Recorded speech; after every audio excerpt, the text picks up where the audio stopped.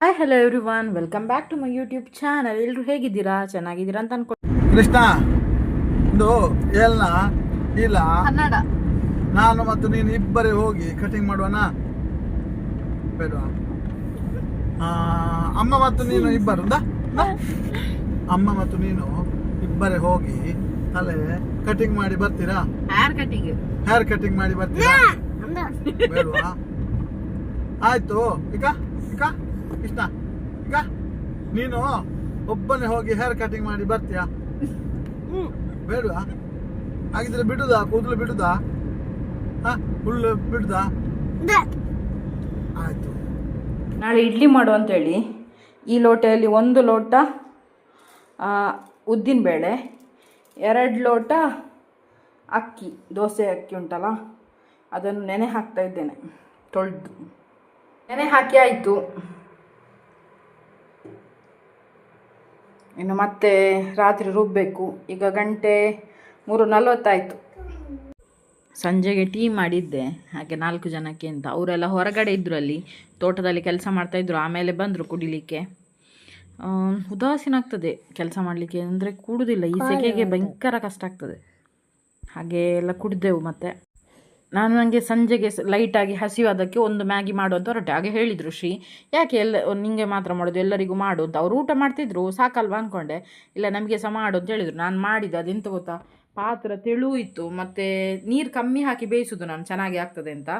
ಮತ್ತು ಚೀಸ್ ಹಾಕಿ ಬಿಟ್ಟಿದ್ದೆ, ಹಾಗೆ ಸ್ವಲ್ಪ ಕರಟಿತ್ತು ಅದು. ಆದರೆ ತಿಂದೆವು. ದಪ್ಪ ಪಾತ್ರೆಯಲ್ಲಿ ಮಾಡ್ತಿದ್ರೆ ಚೆನ್ನಾಗಿರ್ತಿತ್ತು. ಅದು ಚೀಸ್ ಆಗಿ ಸೂಪರ್ ಆಗ್ತದೆ. ಅವನ ಉಗುರಿನಲ್ಲಿ ಇದು ತಾಗಿಸಿಕೊಂಡದ್ದು ನೋಡಿ. ಅದಕ್ಕೆ ಈಗ ಉಗುರು ತೆಗಿಲೇಬೇಕು ಅಂತ. ಕತ್ತಲೆ ಆದರೂ ಪರವಾಗಿಲ್ಲ, ಉಗುರು ತೆಗಿಬೇಕು ಅಂತೇಳಿ ತೆಗಿಬೇಕು. ಈಗ ಎಷ್ಟಿದೆ ತೋರಿಸು ಉಗುರು. ಅಕೋ, ಓ ದೇವರೇ, ಇಷ್ಟುಂಟು ನೋಡ. ಇದರಲ್ಲಿ ನೋಡ, ಇದರಲ್ಲಿ. ಓ, ಮತ್ತೆ ಮುಖಕ್ಕೆಲ್ಲ ಗಾಯ ಆಗದಿರ್ತದ. ಈಗ ತೆಗಿಬೇಕು.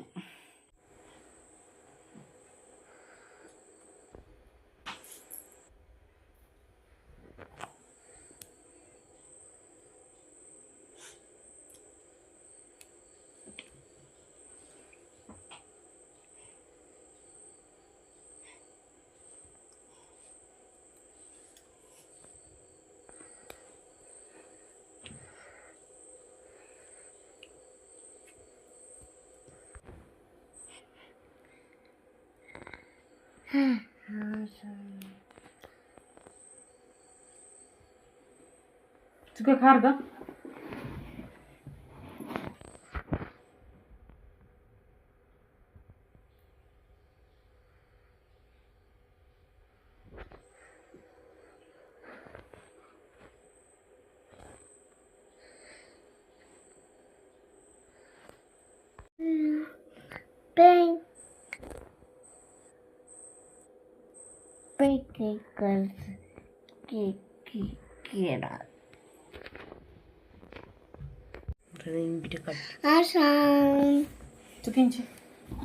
ಮಗ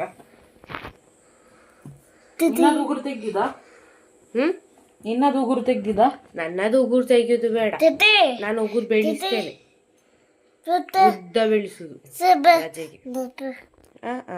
ಎಂತ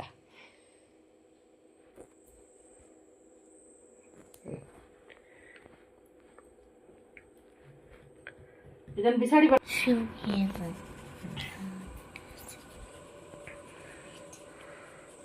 ಸಾಕಲ್ಲ ಇಷ್ಟು. ಜೇನು ಒಂದು ಹನಿ ಹಾಕ್ಲಿಕ್ಕೆ ಅಲ್ಲ.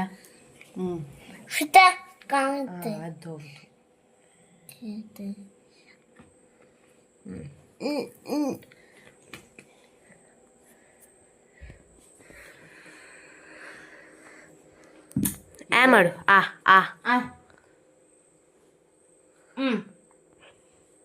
ಸೂಪರ್.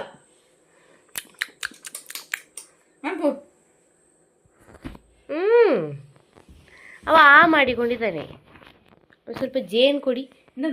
ಜೇನು ನೀರು ಕೊಟ್ಟರೆ ಕುಡಿತಾನೆ.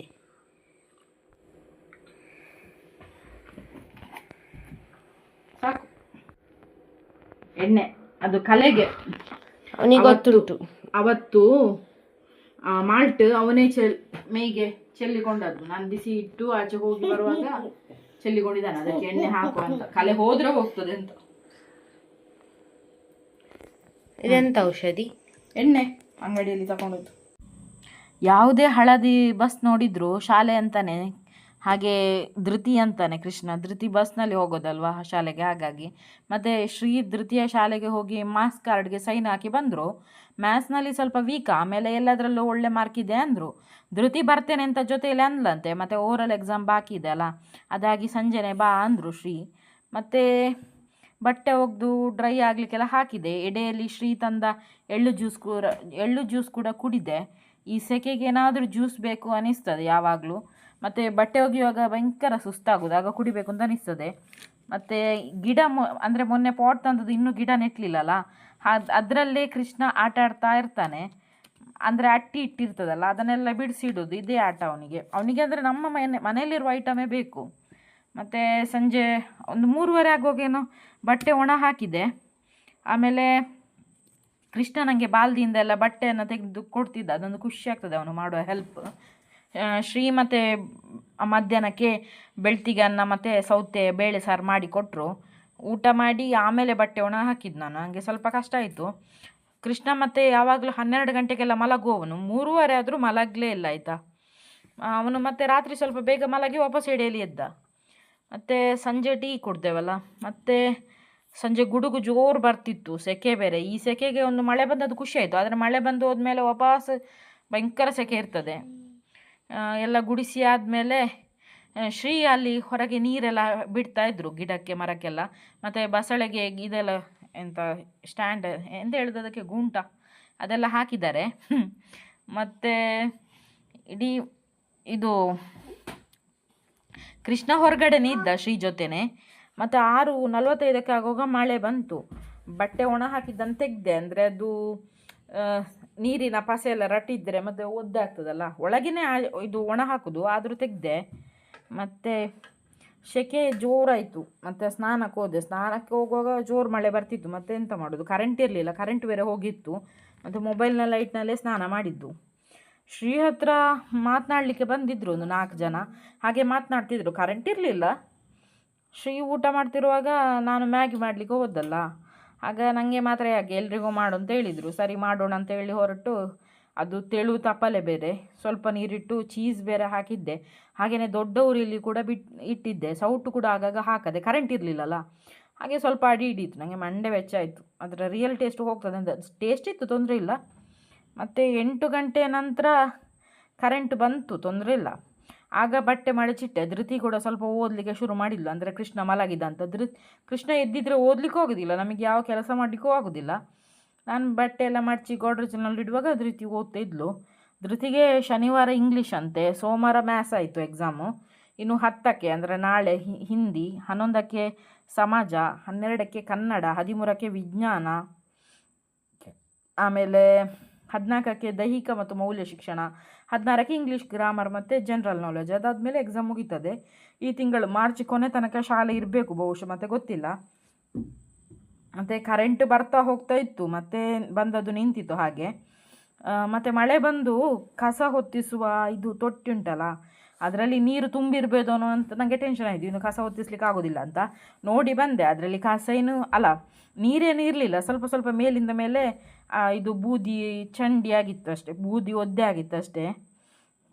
ಮತ್ತು ಶ್ರೀ ಬೀಡ ತರಲಿಕ್ಕೆ ಕೇಶವ ಭಟ್ರ ಮನೆಗೆ ಹೋಗಿ ಬಂದಿದ್ದರು. ಅವ್ರು ಬರುವಾಗ ಸ್ವಲ್ಪ ಯಾವಾಗಲೂ ಲೇಟ್ ಆಗ್ತದೆ, ಸ್ವಲ್ಪ ಪಟ್ಟಂಗೆಲ್ಲ ಹೊಡೆದು ಬರೋದು ಅವರು ಹಾಗೆ. ಮತ್ತು ಕೃಷ್ಣ ಮಧ್ಯಾಹ್ನ ಮಲಗದ ಕಾರಣ ರಾತ್ರಿ ಸ್ವಲ್ಪ ಬೇಗ ಮಲಗಿದವನು ಕೂಡ ಎಡೆಲಿ ಹಠದಿಂದ ಎದ್ದ. ಅಂದರೆ ನಾನೊಂದು 2 ಬಿಟ್ಟು ಮಲಗಿಸಿದವನನ್ನು. ಹಾಗೆ ಎದ್ದು ಭಯಂಕರ ಹಠ ಮಾಡಿದ. ಅವನನ್ನು ಸಮಾಧಾನ ಮಾಡೋದಲ್ಲೇ ನನ್ನ ಟೈಮ್ ಹೋಯಿತು.